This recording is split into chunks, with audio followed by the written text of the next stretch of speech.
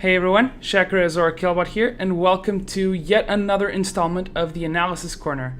Today, I wanted to talk about the importance of magic penetration in a mage's kit. Before we start, I'd just like to mention that in the article there's a more in-depth explanation on how to calculate penetration and reduction. Magic resistance reduction sources like Abyssal Scepter are calculated before any type of penetration, like Void Staff. Just wanted to make this clear as a lot of you asked me if my math wasn't wrong in my last video. It wasn't.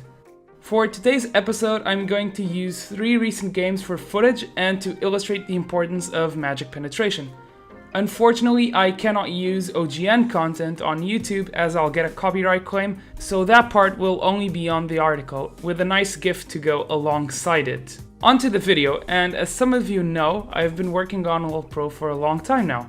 One of the pros I've had the pleasure to work with was Voyboy. One thing he always taught me was for a lot of the AP mids, when you're ahead, get an early Haunting Guys alongside your Sorcerer's Shoes. Why? Well, flat penetration in theory is good in any stage of the game, not only because of its effectiveness early in game, but also because of its synergy with percentage penetration. However, it's looked at mainly for early to mid-game stages of the game, because an item like Void Staff will only be stronger when an opponent starts stacking magic resistance. Having multiple sources of magic penetration and reduction will force your opponent to itemize against you. Either that, or they'll be taking increased damage from you. The other common sources of penetration, alongside Haunting Guys, Sorcerer's Shoes, and Void Staff, will be the runes, 7.8 if running Magic Pen and 5.8 if running Hybrid Pen, and masteries. Devastating Strikes grant 6% hybrid penetration with 3 points invested. So let's start with the first game, which was SK versus Millennium. So Kerp is on Xerath this game, and we're in what you could call mid-game.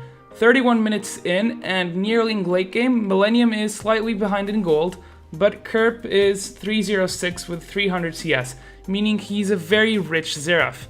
He buys a Haunting Guys right after his Void Staff. Right at this moment, Candy Panda on Lucian has 60 magic resistance, and Jesus on Twisted Fate has 42 magic resistance. However, as long as they're around Braum, they'll have the extra 20 magic resistance from Locket's Aura. Right here, you can see Candy Panda getting chunked by Xerath's spells. This is because for Xerath, Lucian only has 11 magic resistance, meaning Xerath's damage is only getting reduced by 9.9%. SK Gaming recognized the problem that the Xerath is going to be, and both Jesus and Candy Panda immediately invest into a Negatron Cloak.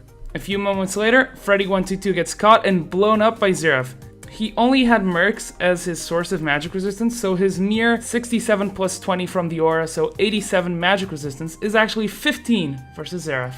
The point of this is that Kerp's heavy investment into magic penetration forced SK Gaming into heavily investing into magic resistance, and even after they did, most of the team was still getting hit for ridiculous amounts of damage. The other example I wanted to pick up was the Rocket vs Gambit Gaming game in the 10th week of the summer split. Yeah, I know I picked a rather one-sided game, but it still proves my point. First off, notice the heavy magic penetration build on Elise. Jankos has 6 hybrid penetration marks, he's using Devastating Strikes in the offense tree, and has 30 flat penetration from Sorcerer's Shoes and Haunting Guys. Elise has low AP ratios, but her Neurotoxin and Venomous Bite are abilities that deal damage based on current and missing health, so penetration will heavily enhance these abilities.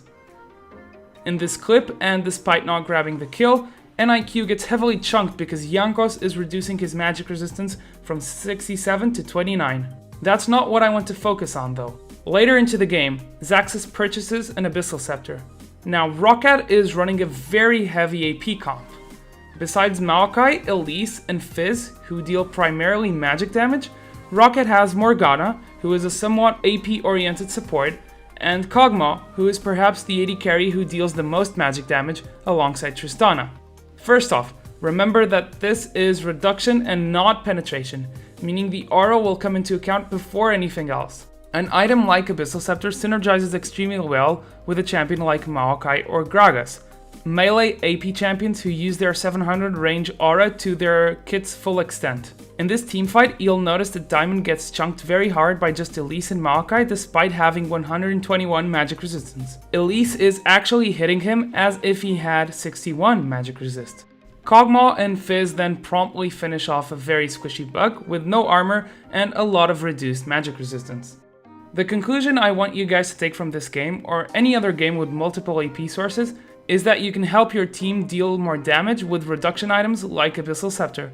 It's a good pickup if it goes along well with your champion's kit and it benefits your team greatly. That's all for today. I hope you guys enjoyed the short episode covering magic penetration. And as always, I'll see you guys in the Rift. Shakra is signing out.